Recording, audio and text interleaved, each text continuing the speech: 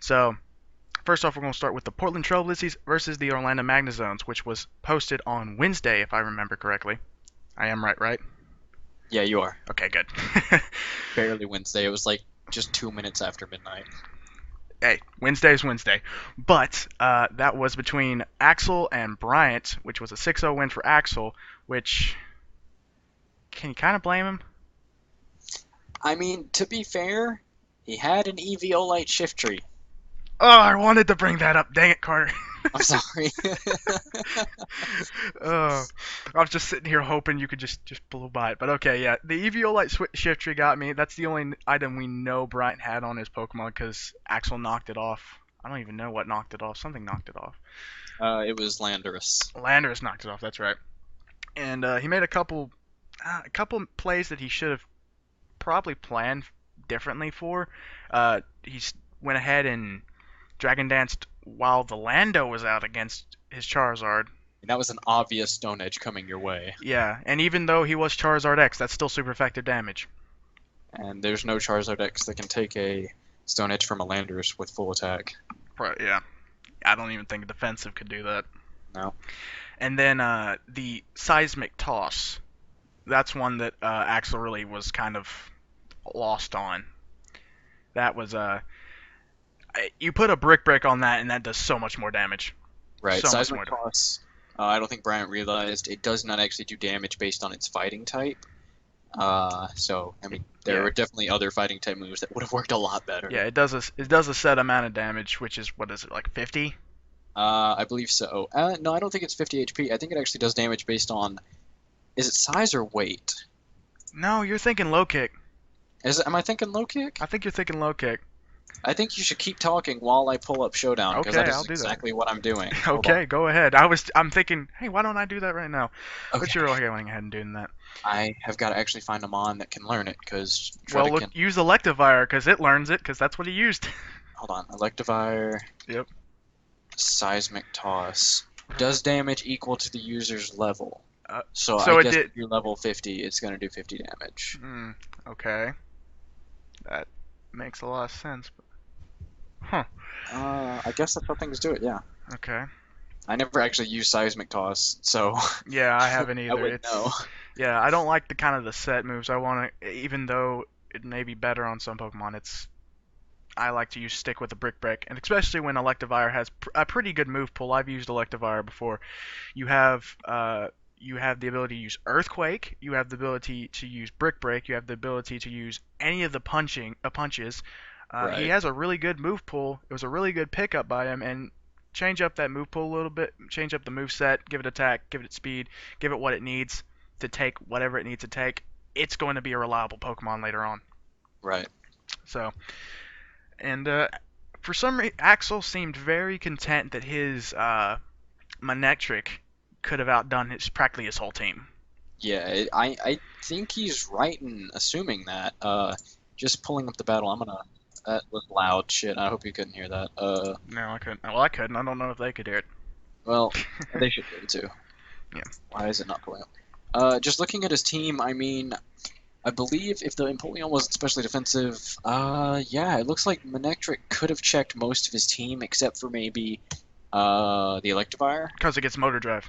Right. Right. I guess Flamethrower is always an option, but I don't think it can OHKO an Electivire or a Conkeldurr. Yeah, that's true. And especially if you accidentally get the burn or not accidentally, you get the hacks and get the burn or the paralysis from it. If it's guts, it's going to be a pain Yeah. to deal with. Not to mention it gets access to priority moves like Mach Punch. Mach Punch, Bullet Punch, lot of good move pool on Conkeldurr. That was a good pickup by Bryant. Yep. Assault vest that thing and that Electivire and that God, Manectric. I cannot speak. Manectric would have been a little bit less of a threat for that Conkeldurr. So, yeah, that's All right, so basically it. So we'll move on to our match, which, oh boy. yeah. All right, disclaimer. I'm sorry. I want to say I'm sorry for bringing Galvantula. Actually, I'm not sorry for bringing Galvantula. I'm sorry for bringing Sticky Webs. I picked up Galvantula for the sole purpose of nobody else being able to have it and be just a, a jerk with Sticky Webs. Like, I didn't want that. I was like, I don't want Sticky Webs used against me, but I don't want to be the guy who uses it against everyone else. And I shouldn't have brought sticky webs. I don't regret bringing Galvantula because I saw no other option for your Swampert. The energy ball is the only thing I saw that worked. Bullet Seed with Chinchino did not OHKO if I wasn't Choice Banded, and I wasn't. Seed Bomb with Linoon didn't OHKO unless if I had Belly Drummed because I wasn't max attack EVs. And I never even thought about the Freeze Dry Lapras, but I'm kind of glad I didn't because I brought 4 Mons weak to fighting. If I had Yeah, brought that Lapras, that would have been a 5th. yeah, that would have been that. And if you looked at my team, I showed it off a little bit at the start of the video. It's full on fighting everywhere because I saw that fighting weakness. I, Yeah. So, I uh, actually didn't notice it until after the battle when you guys pointed it out later. You're like, dude, you drafted 6 Mons weak to fighting. I was like, oh crap, you're right, I did.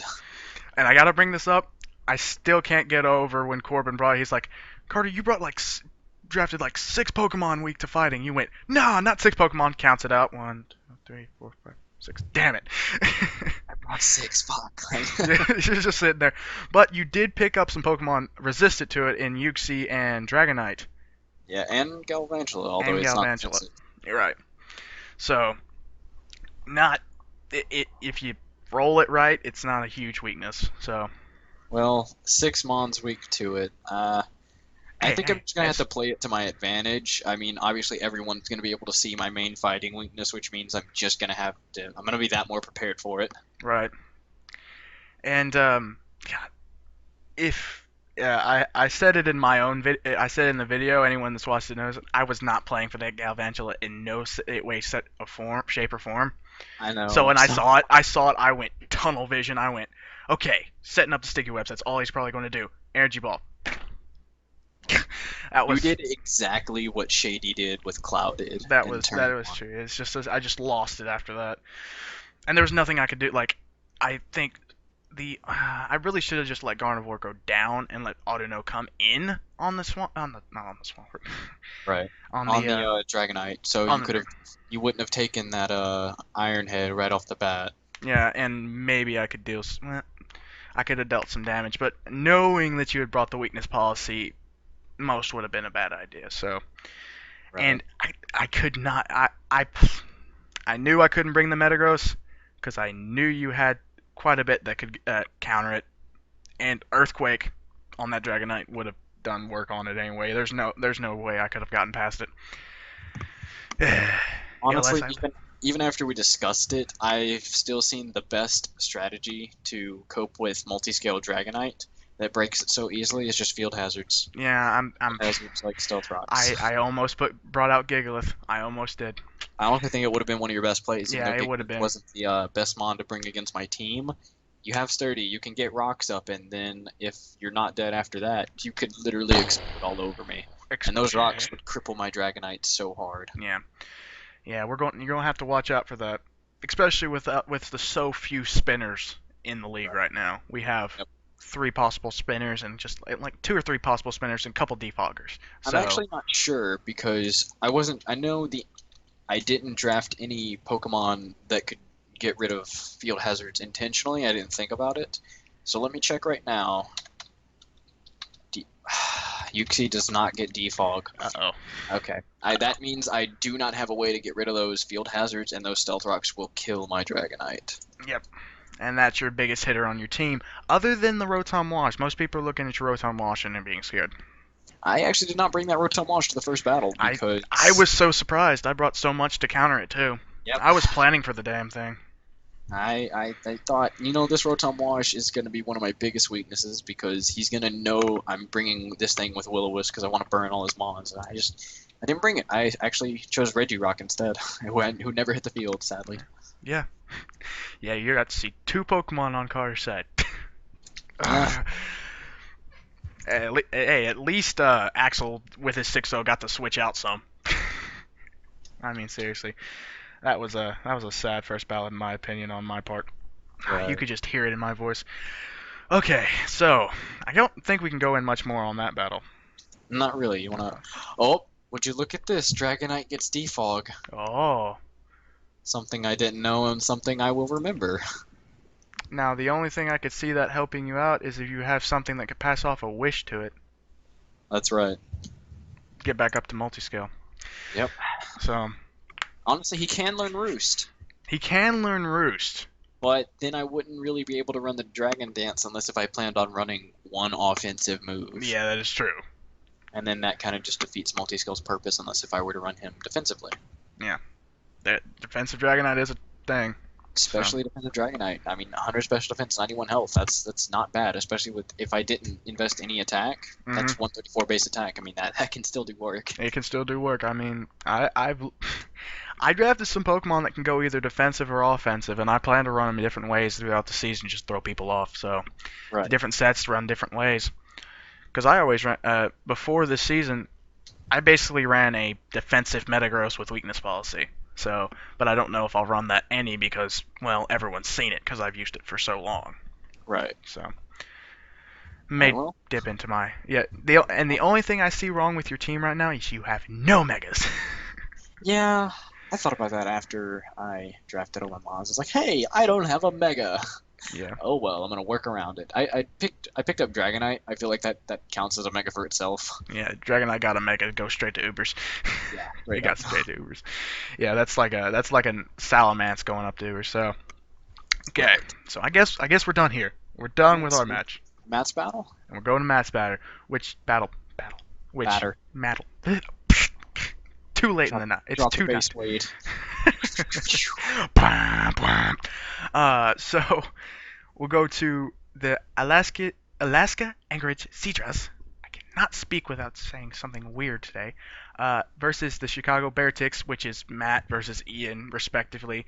Uh, Two really good battlers, really good week one match. A narrow 1-0 match, and if you've watched the video, uh, copying the Shady, well, doing our own adaptation of Shady's Rotom, it was a good match, and especially Wait, Rotom. Oh, Rotom right. Explosion. Straight beyond. I'm here looking for Drapion. like a Rotom on his team. I'm like, what are you talking about, man? But like, uh, yeah, I thought even though this is only week one and we still haven't even seen all the battles for week one, I want to say this is probably one of the most intense matches that's going to happen throughout the entire GBA. This was so close. It was so play by play. I mean, everything just it's too good of a game. It's too good of a game. And it was a lot more intense, being there and watching it live rather than seeing the replay for it. Yeah, yeah. I really wish we could have gotten some sort of play-by-play with uh, either. Probably Matt's side would probably have been best, although Matt didn't talk much. Yeah, Um, it was mostly just us sitting around like, oh my god, oh my god, oh my god, oh my god, oh my god. freaking Uh, out after every play because it was such a good game. that was a good match. Late game, I have to say Ian didn't do as well as he could have. Made a Right. couple risky plays, but he started the game so well. He had the grass knot right off the bat that took that Quagsire down so low. Yep. That Uh, was that definitely threw Matt and all of us for a loop. None of us saw that coming. no one saw that.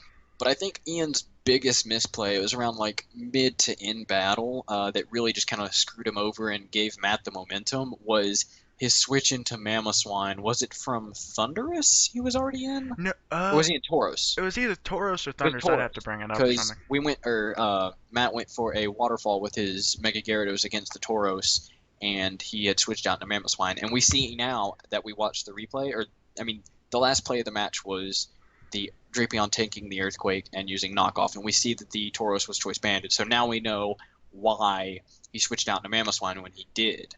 Uh, while Mamoswine may have not been his best switch in, we were all just really confused, like because we didn't expect him to be choice banned, and we know Ian doesn't like choice items. We're like, kind of like, why did he just switch out right there? I mean, if he has Wild Charge, why did he not go for it? We're all just assuming he didn't have it, and he didn't have a move to hit the Mega Gyarados, so he didn't want to, or well, he didn't want to go for the Earthquake, so he decided to switch out to the Mamoswine. And maybe not Yeah, his best play, but yeah, it certainly gave Matt momentum. yeah. I ran the calcs later. That Mamoswine coming in on the waterfall from the Mega Gyarados, it was an OHKO any way you put it. There was no way. There's no way he could have taken it. Right. Guaranteed OHKO. And at that point, if you looked at Ian's team, they're really he could have preserved that Mamoswine and done so much work because there was so much of an earthquake weakness after a couple of Matt's Pokemon went down. Especially Right. losing the floor just so early on. He lost that so early on to a what was it? A It was Ironhead from something. Ironhead from Tauros, I believe it was. I don't know. That Tauros. That It was Tauros a doesn't work. it That was a was a Tauros from it was an Ironhead from a Tauros. Tauros picked up several KOs this game, yeah. I don't and know. I mean choice banded physical Ironhead from a Tauros. There's no chance in hell Florgus could have Sheer survived. force, especially. Right, there was Yeah. just not gonna happen. Yeah. It was that thing was a good pickup by Ian late game. I mean, late in that draft. It was a real good I Pokemon. have honestly never used Tauros before, but now seeing his stats and his ability, I mean, just the things you can do with him, he's honestly really powerful. Yeah, it's surprising how low he is. I'm pretty sure he's got him either in the PU or the NU. He got him in the second round of the draft, so it was an NU or a PU pick, which is very impressive. Right. And honestly, I think Ian could have turned this battle around had that Tauros not been choice banded. I mean, there were so many instances where he had to switch that Tauros out. And I understand that it gives him that little bit of extra damage, but you've already got that insanely high attack stat. You've already got sheer force. You really don't need the choice band to guarantee your opponent's going to be knocked out. Hmm. Uh, honestly, a Life Orb or an Expert Belt would have done just as well. Or if you wanted just to go for the extra damage and not have any secondary side effects like a life orb, I know you don't like it, but muscle band can easily get you to think it's a choice band with damage sometimes. Right. I run it sometimes just to throw people off, making them think, oh, he's banded or oh, something like that, and people fall for it every time, and then I switch up moves and just destroy them. Right. Well, uh, yeah, I don't have anything else to say.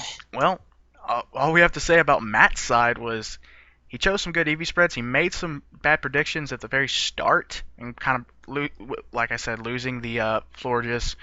That Grass Knot was a big play for Ian, but um, probably the biggest thing that maybe probably hurt him, other than the choice band on the Tauros, was the the Venusaur probably only having two moves. Yeah, I didn't understand that because I haven't talked to Ian since this battle happened, or even after the battle happened. I'm curious to know what Venusaur's entire moveset was because we see, what was it? I'm gonna find the Giga point Drain. later on in the video. He just Well, I showed mean, we Giga Drain. see the Giga Drain on the Heatran. I'm actually playing it right now. We see the Giga Drain, and we see Heatran Lava Plume the Venusaur, but we still continue to see the Giga Drain. So that makes me think he had Giga Drain, a grass move for stab. He had probably Sludge Bomb or Sludge Wave for stab. And obviously, he knows poison doesn't affect steel at all, so you're not going to do anything to this Heatran. And there's no point in switching out and letting your Tauros take damage from a Lava Plume. So he's probably just waiting for Venusaur to go down, which is understandable. But his moveset was a little bit questionable, seeing as he only had, what was it, Sludge Bomb and Giga Drain are the two most obvious moves, and he most likely had Leech Seed, which Hmm. there's no point in setting up on this Heatran at this point late in the game, considering Tauros can just come in and OHKO with a Earthquake. Now, his fourth move, though, I mean, I question it just because I don't know what it is. I mean, we only saw one move from this thing the entire Yeah, time, and I whole think that thing. was Giga Drain. That's it. Yeah.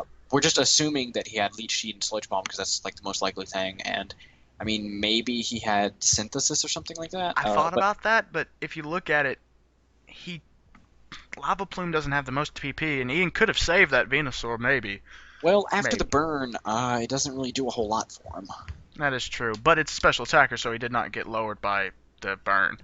Right. But if you look at a lot of Venusaurs, I've watched quite a few of them. It's pretty often they run some sort of, especially going against Matt's team. I would have put some sort of hidden power on it, Right. especially I mean, ground. Ian knew that Matt was going to be bringing this Heatran. It was incredibly obvious because of Ian's drafts. This Heatran did work on his team, Right. and only bringing these moves that we're assuming this Venusaur had, because of his only attacking move he used on Heatran was Giga Drain. I mean, it's pretty apparent he was not prepared to fight the Heatran with the Venusaur if it came down to it. Yeah, and if you look at it, I don't think there was much on Ian's team that he had to deal with especially defensive wall. He did. I don't think he had on other than the Venusaur, and the Venusaur took Hariyama Harry. could have been his special wall. Well, only thing is with that he had the flame orb on it. Right. I mean, I've talked to Ian about running because Hariyama and Hitmontop because he talked about how he liked running especially defensive Hitmontop and giving it Technician and using offensive moves and stuff like rapid spin to spin away field hazards. Hmm. And I talked to him, well, another good mon for, I think it's in the RU tier, is Hariyama. You can run it Oh assault no, vested or Hariyama is like in the Inu. is it in you? Yes, I it's couldn't Inu. remember. Anyways, you can run it like assault vested, which is how I ran it for a while, or you could run it offensively with flame orb, but still give it like a defensive spread or especially defensive spread. And I just by the way he brought Hariyama and I mean Hariyama and Venusaur being his only possible special defenders, I thought maybe that Hariyama is special wall, but also meant to dish out damage. Yeah, but yeah, it just seems like the Venusaur with its special, he had enough special defense to take a lava plume from a Heatran, and that was an offensive Heatran we set up. Right. So we, as in Matt, built it in front of us. So, That was but interesting to watch. that was interesting to watch.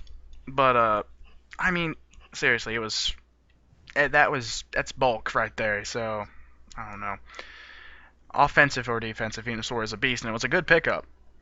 So. I Uh, just don't think it was used to its full potential in this yeah, game. yeah. But you have to understand, we did kind of counter this Venusaur by bringing mons like Drapion and Heatran and especially the Sap Sipper Miltank. Oh yeah, the Sepsic I say, Miltank. I say we because I was there, but I didn't do anything. Yeah, Matt had control the whole time. But the probably other than a little bit problem with the Venusaur and the weirdness of the choice band problem with it later late game. He he got how many times did he get pulled on that the sap sipper boost on the Miltank and the Uh, he, switch in yeah, on the Quagsire, because it Quagsire was got switched 2 or 3 in, times. yeah, 3 times. That's no predictions there.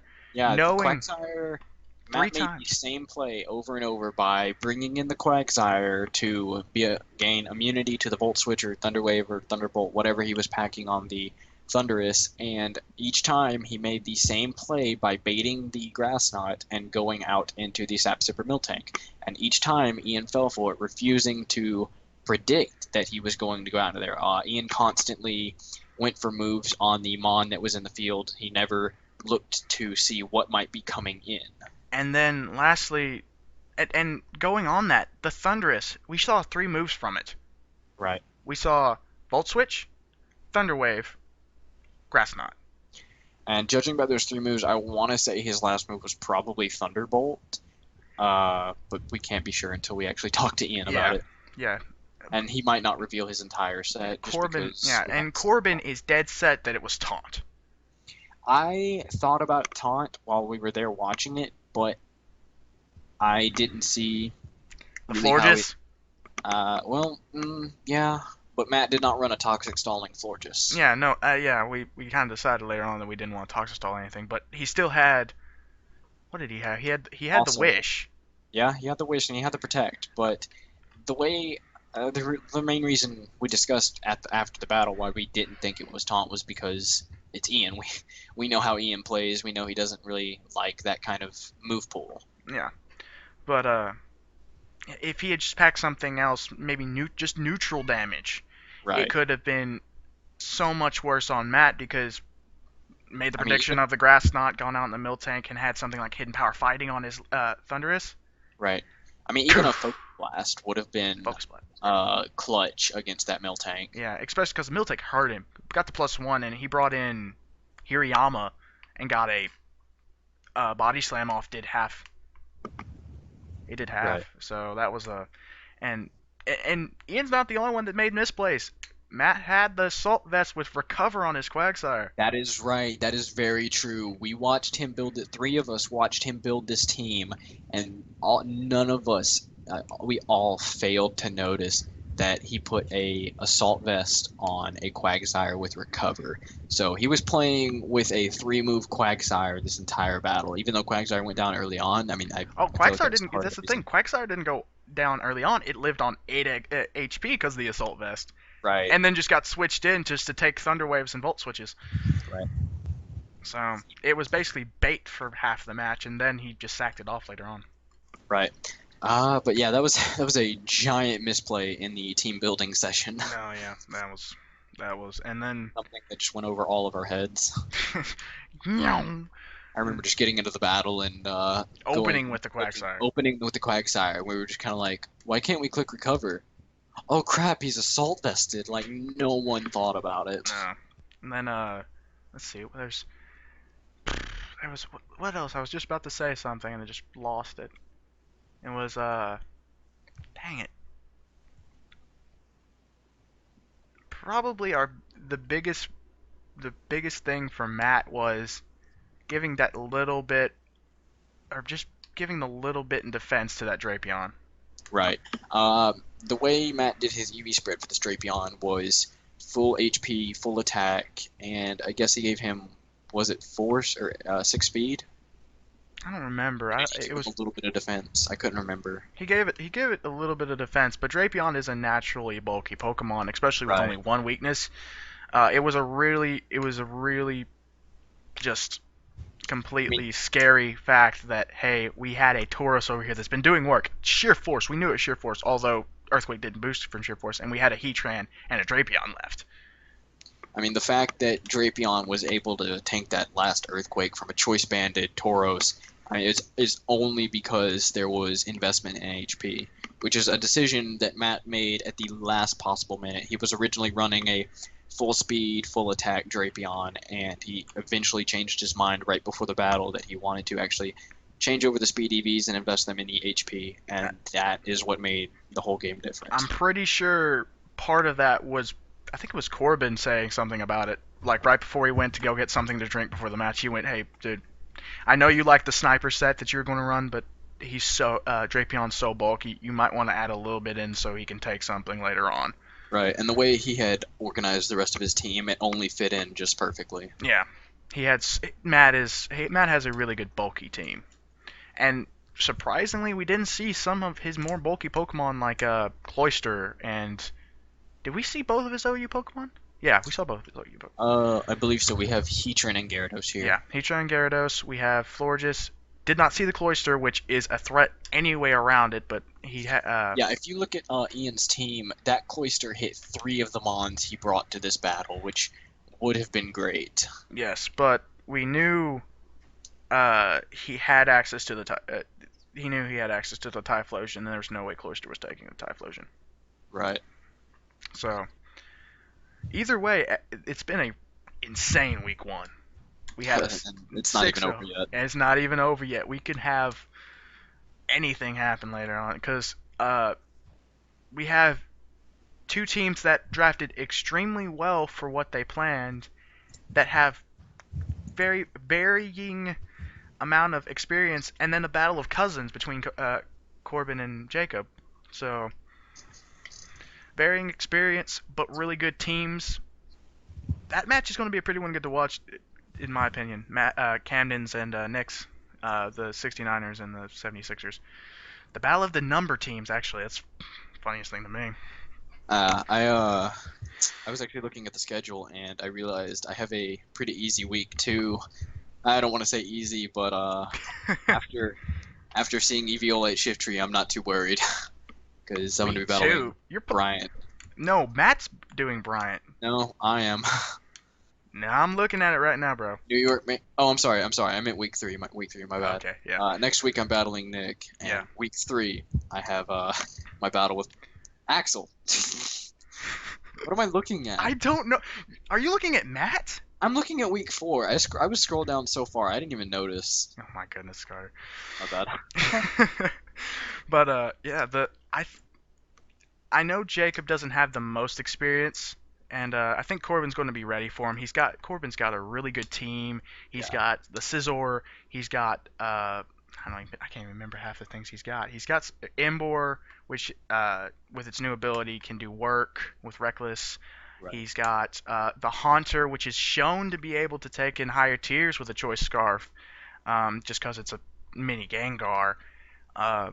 Very impressive Pokemon. He's got a lot of no effects, stuff like that, flying, stuff like that. It's just and he was able to get the Sceptile from the UU tier in a trade early on, so that was he's packing some power, pretty good. He's packing some power. I was actually looking at the schedule just now, and I'm actually looking forward to my last battle, which is against Corbin. Yeah, that's going to be a good match. I'm But we're feeling looking like at, I'm gonna have a difficult battle for my last week. yeah, I think you know you can. Oh no. Okay. If you go to the very top, you can show. There's a box that says show only matches, and you can actually change the what team you're looking at. I'm just gonna go real quickly. I'm gonna go to you, New York Yankees. So you won your week one match. You're playing Yep, I see Nick. it now. Yeah, you're playing Nick. You're playing Axel, which I feel like it's gonna be a good match. Axel Yeah, is a very good battler, and I have surprisingly, Bryant. surprisingly, Axel, even though telling me that he's probably never going to bring some of his PU or NU pairs, Pokemon, he actually brought the Rotom Frost, and I think he brought another NU pick later in Bryant's battle. I don't remember if they saw the field, but I saw that at first, and I thought that was just a kick in the dick for Bryant because he knows Bryant's inexperience. yeah, well, so Axel's going. Axel in your match is going to be pretty good. Axel is a really good battler, especially in the higher tiers. So and like he drafted really well. Seeing well, just because I know how actual battles, I know he's mainly stuck up in the OU tier. That makes me want to bring some of my lower tier Mons, just because I know he's never not really seen them before, and he doesn't really know how they operate. But the only thing is, if you looked at Brian and Axel's battle, he brought a lot of lower tier stuff. Which kind of surprised me. I mean, most of them never hit the field, but Yeah. He brought the X-Cloud, which was a lower tier. I think it was an RU pick, actually. X-Cloud is overpowered. I don't Yeah, care if it's X-Cloud, lower tiered. X-Cloud, that was very impressive on that part. He brought, I think he brought the Lando, he brought the Manectric, because I think his Manectric is only Mega.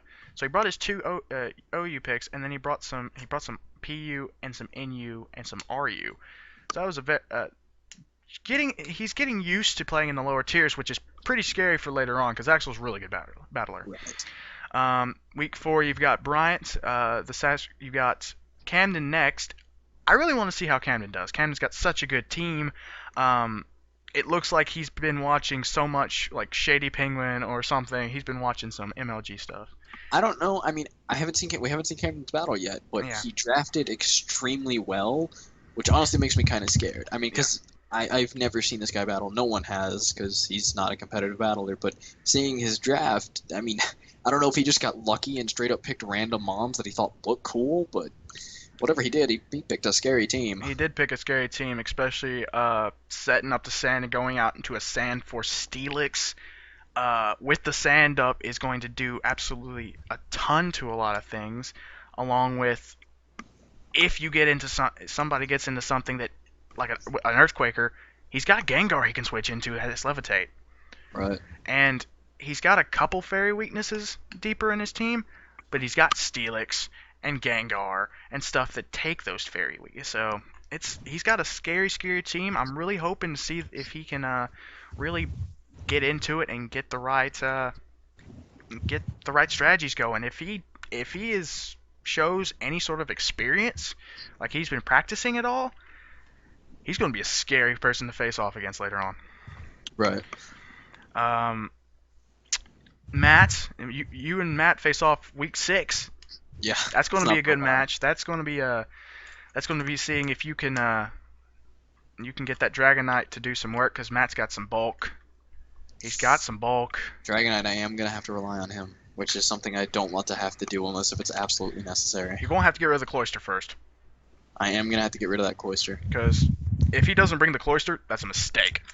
That Cloyster is going to just check my Dragonite in every possible way. Yeah.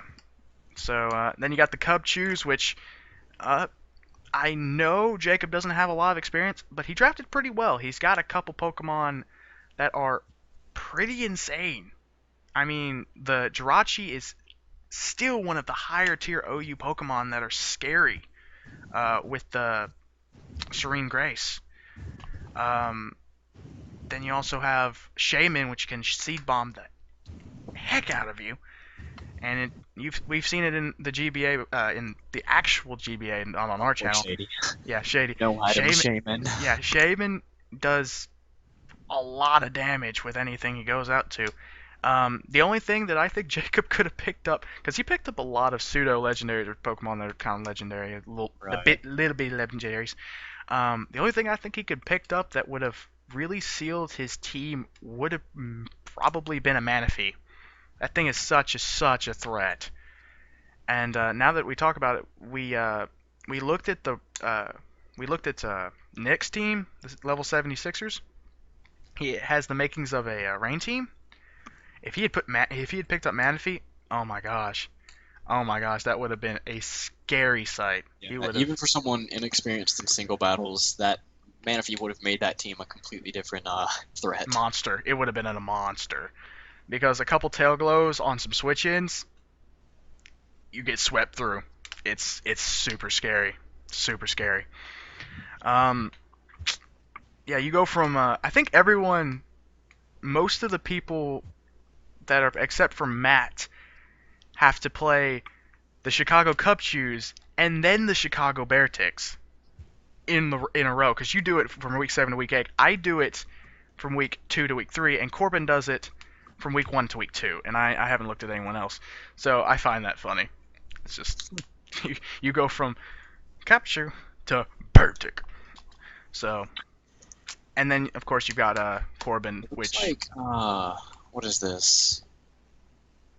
The Chicago. Who are the Chicago Cubs use? Is that Jacob? that's Jacob. It looks like I was about to say my last 3 battles are gonna be my toughest one so far. It's actually gonna be week 6 and then week 8 and 9. Yeah, Gonna be my toughest battles. it really just depends on if Jacob can get together the team that he really has drafted. There are quite a few battlers right now we have in the GBA that they don't have a lot of experience, but drafted pretty well. And if they can get their teams together and kind of get their strategies working well, they're gonna be scary. Like Camden and Jacob, they both have pretty good Pokemon. Um, I don't I don't know if Jacob will pick up Pokemon his lower tier Pokemon because he picked up Regigigas and Wailord from the PU tier. Regigigas can be semi bulky, I guess you could say, but with slow start he just kind of ruins him. Um, and I know Wailord has the biggest, like, most health out of any Pokemon, but the thing just crumples to anything else. It's especially if you were to bring it against something like Lando, not Lando, Thundurus against Ian. That thing's just a Volt Switch takes that thing out, even at full defensive build. Right. So he's really going to have to work on. We're really going to have to work on getting to just settle in. So yeah, I think that's as much as we can talk about in a just one review episode. We'll have Right. hopefully, Week 1 is not over yet. yeah, especially week one's not over yet. I'm hoping to get a series kind of set together where we can just kind of get battles by a certain day, do those battles on one day, and then review the next day. Kind of get one of the coach, me and another coach, like Carter's here today, just to talk about the battles and stuff. It just ended up being Carter. We didn't plan just because we fought each other. It was just It just happened the way it happened. yeah. One thing you could try is starting in week 1, obviously, because we've had several of the battles in, but starting maybe in week 2, after each battle, you could get this person on Skype or whatever, and play the replay, and then talk with them about their moves and their choices and why they made them after the battle's over. That could be true.